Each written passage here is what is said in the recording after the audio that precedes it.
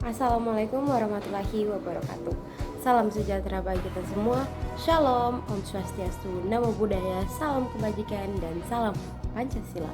Perkenalkan, nama saya Zafiratul Ahda dengan NIM A321240068.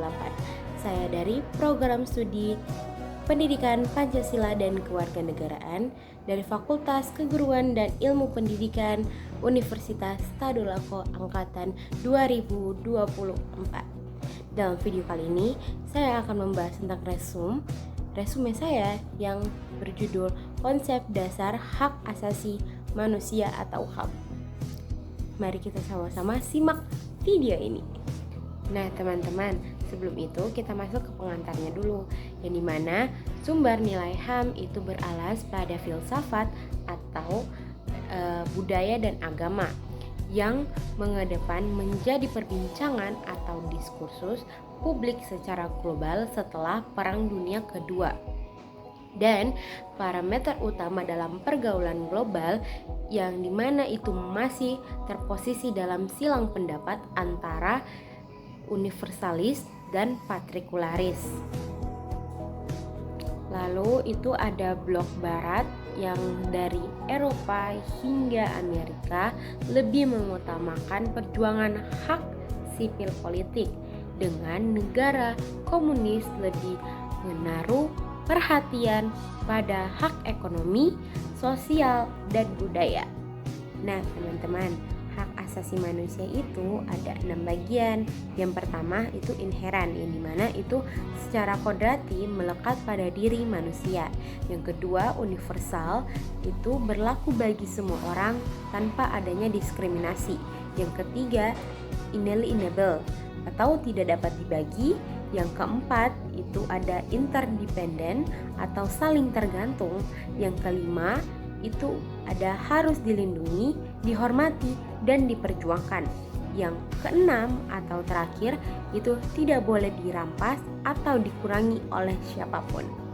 Nah teman-teman, menurut Sri Mantri, konsep yang melandasi lahirnya HAM itu ada dua. Yang pertama, HAM sebagai bawaan kodrat, yang dimana HAM itu artinya pada waktu seseorang dilahirkan dia sudah mempunyai hak asasi manusia. Yang kedua itu HAM sebagai karunia dari Tuhan Yang Maha Esa. Berdasarkan konsep yang ini, HAM itu bukan bawaan kodrat, melainkan karunia dari Tuhan Yang Maha Esa. Nah, selanjutnya itu ada agenda pembahasan hak asasi manusia di Indonesia dan perkembangannya. Yang pertama itu ada sidang PPKI oleh pendiri negara menjelang kemerdekaan. Yang kedua, masa berlakunya KRIS atau Konstitusi Republik Indonesia Serikat pada tahun 1949 dan Undang-Undang Dasar Sementara pada tahun 1950 sampai 1959.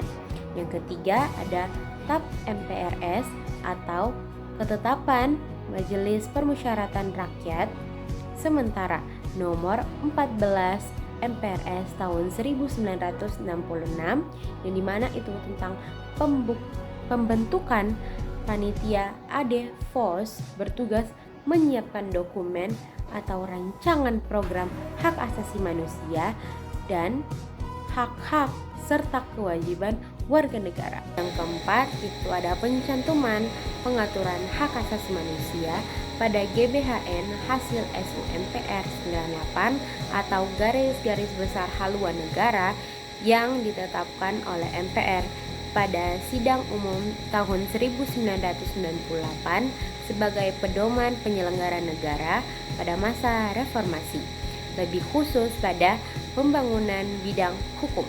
Yang kelima ada penetapan TAP MPR nomor 17 tahun 1998 tentang hak asasi manusia melalui sidang istimewa MPR November tahun 1998, bahwa hak asasi manusia dan demokrasi adalah dua konsep sistem nilai yang berbeda tetapi berkaitan dan saling bersyaratan.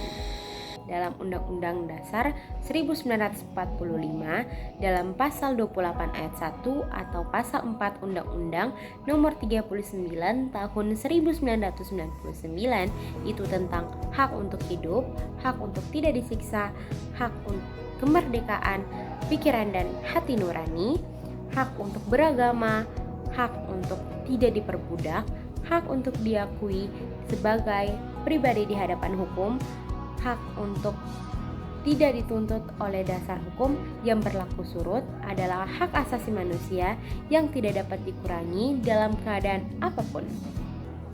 Nah teman-teman, pasal yang saya sebutkan tadi itu adalah materi terakhir dari resume saya yang berjudul Konsep Dasar Hak Asasi Manusia atau HAM.